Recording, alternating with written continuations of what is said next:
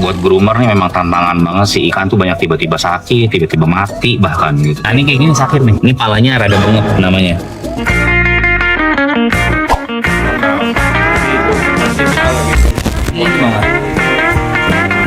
Jadi semuanya campur kita main food.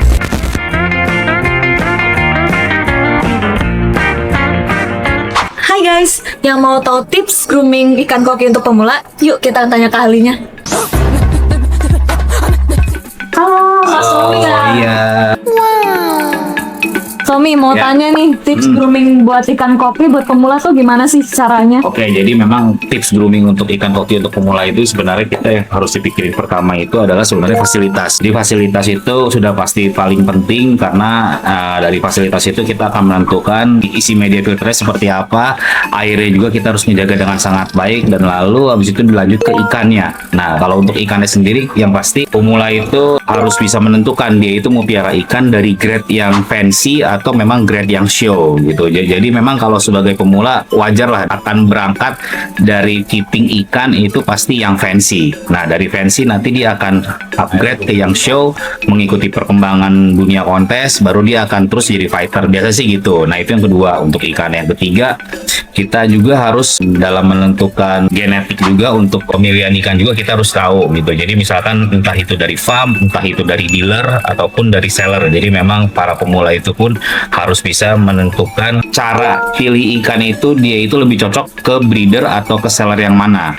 Itu wajar, itu sering terjadi lah di dunia makhluk hidup, itu pasti sering terjadi lah. Nah itu yang ketiga. Nah terus kalau yang keempat itu adalah kita gimana caranya feeling. Jadi kalau udah jadi groomer itu pasti kan feeling yang akan berbicara kan, karena walau bagaimanapun kita tuh pasti miara ikan itu akan ada waktu bisa ngeliatin itu mungkin sekitar sehari itu 3-5 jam bahkan lebih. Nah itu kan yang akan terjadinya nanti kalau buat groomer itu feelingnya akan keluar dengan sendirinya apa enggak. Hanya sebatas itu sih kalau buat jadi groomer untuk pemula. Mas Tommy, ini usianya berapa sih yang ini nih? Ini kan jenisnya, jadi di koki itu ada 5 jenis, Ren. Ada 5 jenis, ini salah satu nama jenisnya Oranda ekor panjang. Nah ini ikannya ini dia yang paling besar sama si Oranda yang satunya lagi. Ini karena usianya hampir sama. Ini kalau nggak salah bulan Mei 2024 lah ya. Jadi udah hampir mau setahun. Jadi ikannya juga saja juga kurang lebih sudah hampir 23 cm. Yang dimana kalau 23 cm itu di kontes itu masuknya ukuran super jumbo, ukuran paling besar. Oh, keren banget. Nah, ini susahnya jadi groomer ini ngejaga ikan besar ini tuh gimana cara itu harus tetap makan. Kalau buat makannya tuh sehari berapa kali sih buat mereka apa ini? Misalnya ini kan ada yang kecil ada yang gede. Itu tuh makannya mereka sama apa enggak sih? Setiap harinya tuh sama. Kalau untuk makan kita nggak ada dibedain karena memang satu tempat keeping ini ukurannya campur dari mulai baby sampai super jumbo. Nah, kalau untuk makan itu polanya gue masih kasih 8 kali untuk saat ini ya, masih 8 kali. Tapi kalau lagi musim curah hujannya lagi tinggi banget kayak beberapa minggu lalu itu gue kurangin jadi 6 kali. Kenapa 6 kali? Karena 6 kali itu biasanya kalau 8 kali itu kan kita mulai jam 6 pagi nih. Jam 6 pagi sampai jam 8 malam itu selesai kan. Iya. Tapi kalau 6 kali kita mulai jam 8 pagi sampai jam 6 sore. Jadi dia waktu istirahatnya itu lebih panjang. Oh gitu. Perutnya dia lebih ada waktu buat istirahat lah. Oh iya. Karena kondisi hujan itu kan bikin air tuh pasti dingin. Pasti cenderung ikan pasif. Jadi percuma ikan pasif kalau kita kasih makan yang ada peletnya nggak kemakan, jadi penyakit, masuk ke chamber malah jadi sarang penyakit buat ikannya nantinya. Oh gitu. Nah itu namanya feeling tuh Ren. Iya. Nah, sekarang aku mau tanya nih Mas Tommy, untuk makanan ikan sendiri tuh buat yang bagus buat pemula tuh kayak apa sih menurut Mas Tommy sendiri? Oke, jadi kalau untuk pelet itu, jadi memang kan pelet itu banyak brand ya, tapi groomer itu pasti memakai itu kurang lebih sekitar 1-2 brand lah. Itu udah rahasia umum lah gitu. Jadi memang untuk pemula pun gue menyarankan pakai pelet yang memang sifatnya sinking. Sinking itu kayak gini, jadi dia tuh butirannya sekitar 2,3 atau 2,4 mm. Dan ini kalau ditaburin ke kolam, sinking itu tenggelam. Nah, ya ini yang namanya sinking. Jadi memang kalau untuk ikan koki itu kenapa harus pakai sinking? Jadi ada yang bilang dulu kalau floating itu kan dia mengandung kadar oksigennya tinggi katanya di dalam peletnya. Jadi begitu dia crack dimakan sama ikan itu kadang suka ngasih oksigen berlebih di dalam perutnya. Itu katanya menurut penelitiannya gitu. Jadi makanya groomer sekarang ini berkembang jadi memelihara ikan mas koki itu dikasih pakan yang memang sifatnya sinking atau tenggelam. Dan biasanya pun groomer itu akan mengcoating ulang peletnya. Jadi misalkan dari brand A kayak gue nih, gue pakai 2 brand, di brand A, brand B. Yang 2 itu pasti akan gue coating ulang. Dari coating ulang itu mulai ditambahkan vitamin, pewarna, sampai bahan-bahannya memang dibilang food grade. Nah, kenapa seperti itu ya? Karena memang ya itu udah bisa dibilang udah rahasia umum dari groomer masing-masing deh, kayak misalkan ya cara khusus lah gitu. Tapi secara basic peletnya sih ya memang originalnya ya harus sinking 2,3 sampai 2,4 mm lah kurang lebih. Nah, Mas Tommy, aku mau tanya nih, kan kita lagi musimnya hujan panas secara kayak gini terus. Nah, buat pemula tuh ngaruh nggak sih buat ke ikan mas kokinya gitu? Oh, sangat pengaruh banget kan. Jadi memang musim yang kita takutin ini adalah yang kayak begini. Jadi misalkan dari panas terus tiba-tiba hujan, ataupun dari hujan tiba-tiba ke panas. Nah itu memang kalau buat groomer itu cukup berat karena memang banyak faktor yang harus diperhatiin.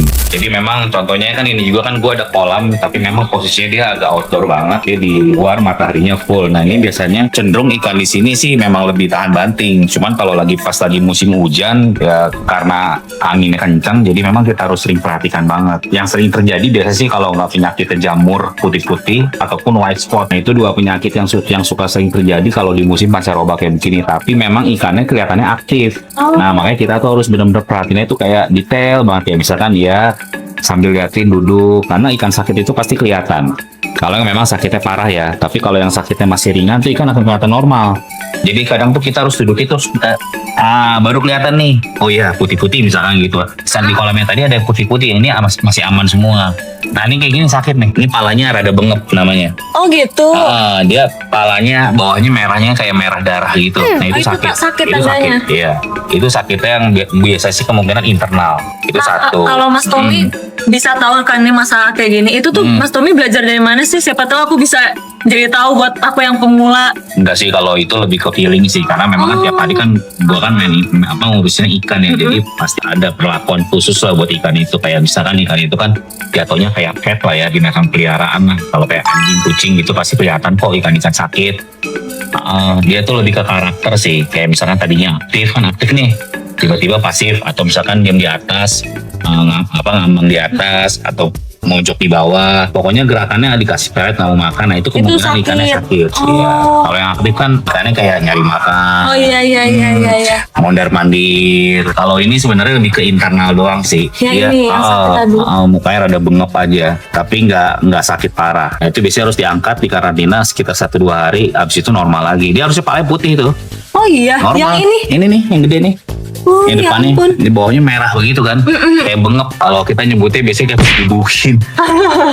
Ini lagi musim udah 3 bulan ini nih, buat groomer nih memang tantangan banget sih. Ikan tuh banyak tiba-tiba sakit, tiba-tiba mati bahkan gitu karena musimnya lagi hujan hujan panas terus. Apalagi kalau kolam-kolam yang nggak ketutupan atap ya, wah itu bahaya banget. Oh ternyata sepengaruh itu ya, sama musim ya, sama musim untuk ngaruh ikan. banget dia. Nah ini sekarang tadi gue mau ngangkat 1 ekor ikan, memang kebetulan ikannya lagi nggak fit. Jadi kalau ini sih biasa sakit ringan lah. Jadi palanya merah kayak pengumpalan darah di daerah kepala. Ini sih biasa sehari 2 hari sih sembuh deh ikan.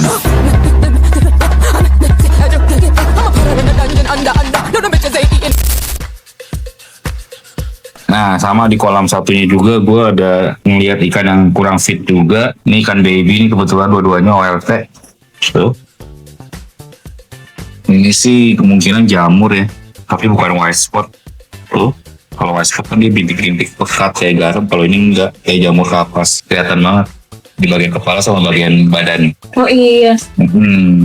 Nah ini biasanya obatnya kita pakai Pafurazim sama antibiotik sama heater. Udah sih itu doang. Nanti gua spill obat-obat yang harus punya sama groomer. Sebenarnya nih kalau didiemin hilang, tapi harus panas. Satu lagi sama OLT juga, angkatan yang sama nih, dia jadi barengan satu batch. Jadi kalau satu batch itu sebutannya buat satu anakan, kayak adik kakak lah dia. Sebenarnya sih nggak membahayakan, tapi kalau didiemin ikannya tuh kayak kegatelan, ini badannya merah-merah.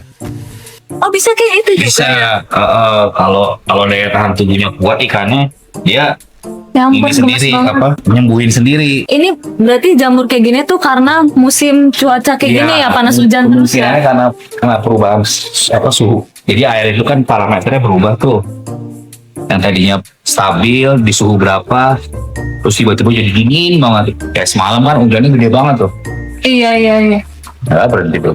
Oh, putih-putih kepalanya, itu contoh jamur. Nah, Mas Tommy, Ya. aku mau tanya nih, obat apa yang harus para grumers tuh punya buat kalau ikannya lagi sakit atau mungkin ada yang kena jamur kayak tadi tuh Mas Tommy? Oke. Sebenarnya obat itu kalau buat di koki itu nggak banyak ya. Kalau gue memang yang obat wajib punya itu sekitar 2-3 macam lah. Yang pertama itu papurazin. Jadi papurazin ini menurut gue obat buat semuanya. Buat jamur bisa, buat internal bisa. Tapi memang tergantung sakitnya juga sih. Nanti ada beberapa obat lagi gue bawa juga. Jadi kalau ini memang lebih ke arah sakit kayak insang, jamur, white spot, kayak bengek begini. Ini pakai ini masih bisa sembuh. Asalkan memang kelihatan langsung ya. Iya. Jangan misalkan ikan yang hari memang udah parah banget, baru kelihatan 2-3 hari memang udah istilahnya udah nggak bisa disembuhin. Kalau kita kasih obat ya mati. Oh, Ya begitu. kita jangan salahin obatnya juga gitu. Oh, Jadi bisa memang kayak gitu ya? bisa. Kalau ini kan masih kelihatan banget nih, karena kemarin semua normal kan. Iya. Baru hari ini dia kayak baru kena penyakit. Jadi kan baru sehari dong. Karena mungkin ada perubahan cuaca. Semalam tadi hujan. Kalau ini cuma biasanya kalau gue ngasih sendoknya begini, gue nggak hitung berapa gramnya sih. Yang penting cukup kuning aja.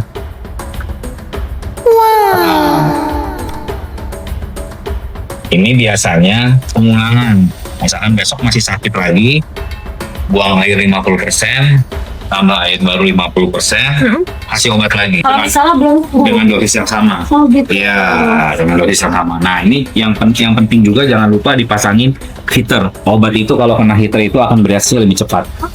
Gitu, apalagi kalau yang sakitnya sifatnya kayak jamur Iya. sama merah-merah gini, dia tuh harus kena heater. Jadi airnya tuh harus hangat. Kalau airnya hangat akan membantu proses penyembuhannya lebih cepat dan besok udah bisa balikin lagi ke sana. Ini buat internal.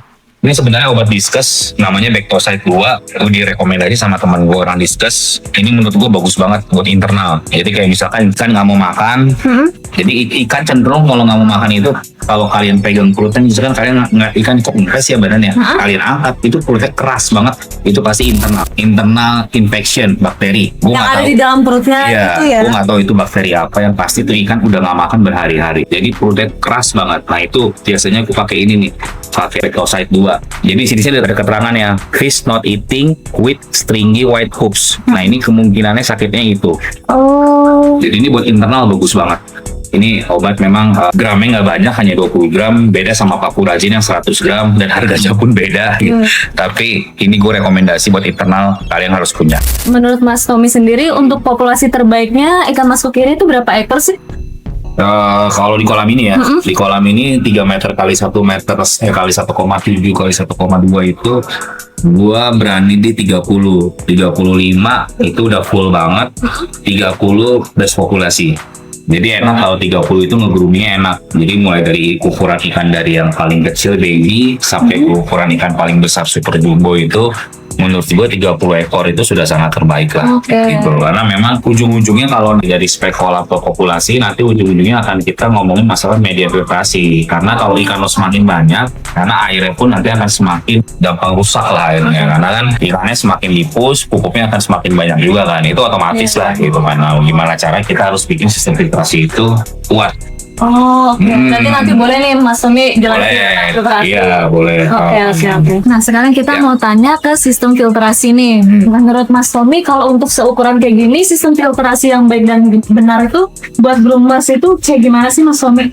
Oke, kita kalau ngomongin sistem filtrasi pasti kita akan ngomonginnya masalah budget juga. Jadi ada yang memang versi high spec, ada yang medium spec, sama ada yang low spec. Itu balik lagi ke masalah budget kalian lah ya gitu. Jadi memang beberapa media filtrasi itu banyak.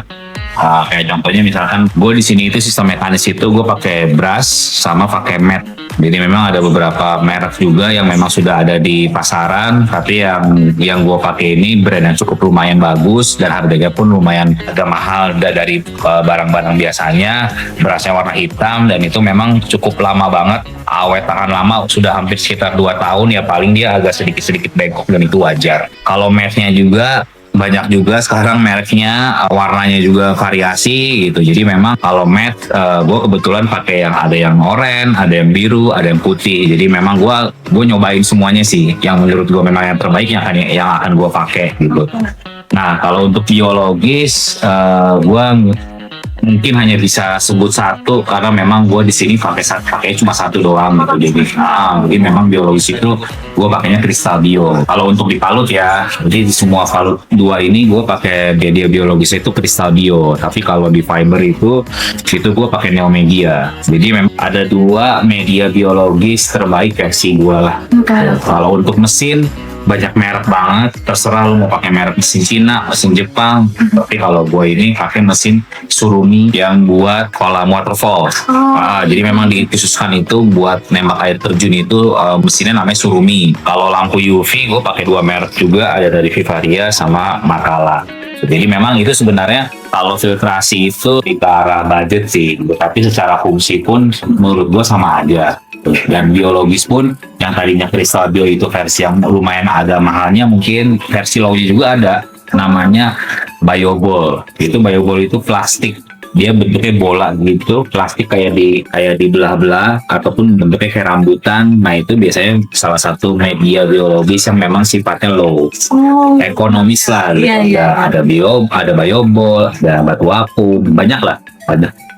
Mas Tommy, makasih banyak ya buat tips rumor para pemula. Nah, aku mau tanya nih buat edukasi kalau nonton video kayak gini tuh nontonnya di mana sih Mas Tommy? Pokoknya kalian itu harus follow dan subscribe YouTube channelnya Tongkrongan Mas Koki. Jadi memang nanti kita mau bikin beberapa short clip atau video yang memang sifatnya edukasi ataupun fun gitu. Kayak kemarin kita kan sudah posting tuh video lagi pada main futsal. Jadi memang nanti ada beberapa momen juga kita mau ada bikin spesial kopi darat gitulah bareng Panda, bareng teman-teman. Jadi pokoknya kalian harus subscribe dan follow akun. Jangan lupa di subscribe, like, di share, komen. Iya benar. Jangan lupa ditonton juga. Channelnya di Tongkrongan Mas Koki Indonesia. Tongkrongan Mas Koki tuh teman-teman. Jangan lupa ditonton dan di subscribe.